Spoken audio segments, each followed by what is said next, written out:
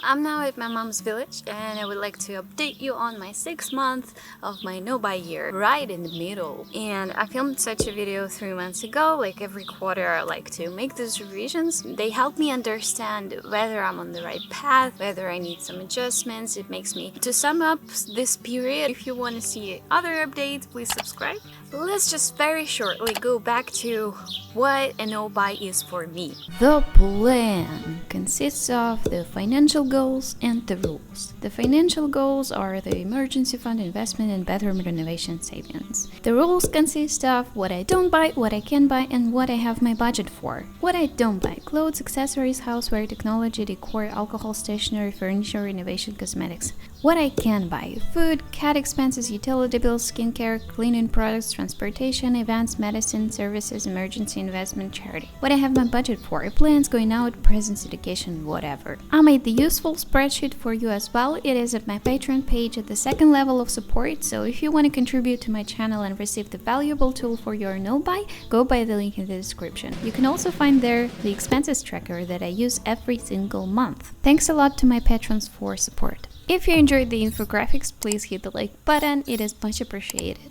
When I was doing the counting, I realized that this was probably my worst quarter. A small disclaimer is that I live in Ukraine, so the prices are Ukrainian. All the numbers you hear may surprise you in one way or another, or may not. Just the peculiarity here is that I'm in a different country. I had my budgeting categories where I have budgets. Let's go through them. The first budget I had is for plants. I had $50, and in the first quarter I spent nothing on that, and I feel really good about it. But in the second quarter, I decided to make a balcony garden, and I had to buy everything for it and some soil and seeds. Although I realized that soil is quite expensive and I probably should better go and take it from the park, from the local park. But the local park soil is absolutely not suitable for some home balcony garden because it's very clumpy. It's in clumps, so don't even understand how to work with it comfortably. So I'll have to buy even more soil probably in the future. Anyway, I bought everything for that, but I still didn't buy any plants. That's really good because I don't want any more at my home, but I do want more. This is why I actually took cuttings from different places. From my mom's village, I took the holiday plant, which is super beautiful, and I am now trying to propagate it. I also found a dying cutting at my work of some philodendron, and I also decided to revive it, and this brings me a lot of joy. And as you can see, it's absolutely possible to do this for free. Like, you go to a supermarket, you see a plant, why don't you cut it? That's probably bad advice. Think twice before doing that. So I spent on my balcony garden, some soil, some pest treatment, seeds, and all of that. I spent $19, which is super good, and I have $31 left for the rest of the year. The next category is going out. This one was really hard in May, because in May I went to Carpathian Mountains for my vacation. Of course, almost every day we went to restaurants, we went to the spa, and this all for me is going out. I spent some money there, but still quite good. In the beginning of the year I had $600, then in the beginning of the quarter I had $528, and I spent this quarter $58.03. For the rest of the year I have $469.70. It is so fun, right? I'm just reading numbers and you are listening to that. The conclusion here is that going out is also something that I can control, and I started to cook more. That's definitely a plus. This one is also quite difficult because of the Carpathian Mountains where I went to this May, and I don't know, this is just not like me. But this time I bought a lot of presents for my relatives, for my family and friends. Not friends, I don't have friends. For my family. I usually don't do that, but this time I just wanted to make them surprised. I mostly bought a pine cone jam for most of them. Yeah, pine cone jam, you heard it well. This was a very surprising thing for me too. But they do that because they have pines everywhere, so why not advantage from that and make the pine cone jam? I also visited my granny in June, so I bought something for her. To sum it up, in the beginning of the year I had $100 for presents. I spent almost all of that. This quarter I spent $64.6 $5 on presents, so I have $3.2 left. Basically, I spent all of my presents budget for half a year. This means that by the end of the year, I shouldn't buy anything for presents. I'm really lucky because the most of my family have their birthdays in spring or in summer. I feel pretty good about it, and if I have to buy something, I will probably maybe not do that. The next section is the education. I had $50 in the beginning of the year for the education section, and I was going strong for the first quarter, but not for this quarter. I bought a bunch of books because, as I told you in some of my videos, they don't give me anxiety, but they help me rest. And I bought a course, a marketing intensive course, and you know what? I haven't been learning anything for years because of the work and because of the side jobs and YouTube.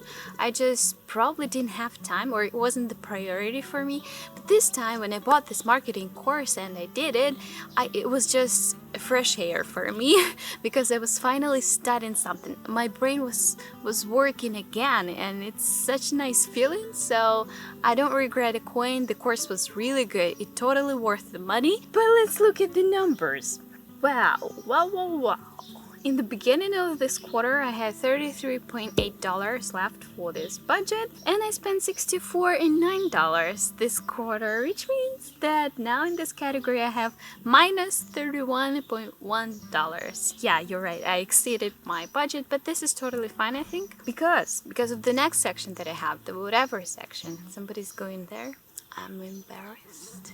Okay, in my whatever section. And I think now in nowadays world you call it the miscellaneous section. Actually, I learned this word only a few days ago, but I call it a whatever section because it's just our life. It changes and presents us new circumstances that we need to survive in. So of course, sometimes we can exceed our budgets, and that's fine. And this is why we have the whatever section.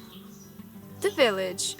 Something is always going on here. I got my cat here chilling with me. Not mine, but this area's cat. He looks really sick, but I love cats, so I can't resist stroking him. What I do is that I don't feel like, I failed because I exceeded the budget of the education section. I just put this money that I exceeded in the whatever section. Let's have a look at what else I put into my whatever section, because I had also categories that I shouldn't even think of buying something in. Let's have a look at those. Alcohol.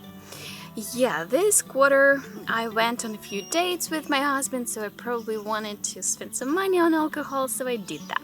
Yes, I did spend some money on alcohol. This also goes to whatever section. Although the first quarter was really cool, I didn't buy alcohol at all, and I feel very confident and I really want not to spend any more next quarter. The next one, cosmetics. Of course, I could buy some hygiene items, some cleanser and moisturizer, but I refused to buy something additional, some makeup, But still, I bought a blush, because I saw a nice ad.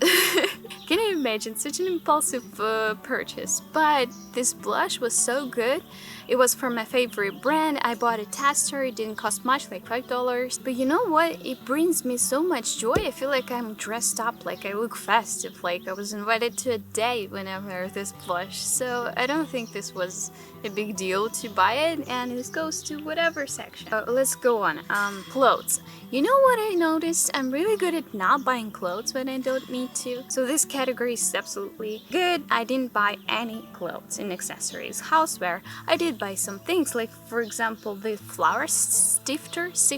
I'm not sure what this is called, right? Tell me in the comments if you know. Well, the thing that sifts the flour? Yeah, I didn't plan to buy it, but I had such an inconvenient and small sifter that it drove me crazy when I was trying to sift my flour, so I decided to buy the new one, more technological one. Does it count as a technology purchase? I don't think so. Home decor, no, I didn't buy anything here technology. Good.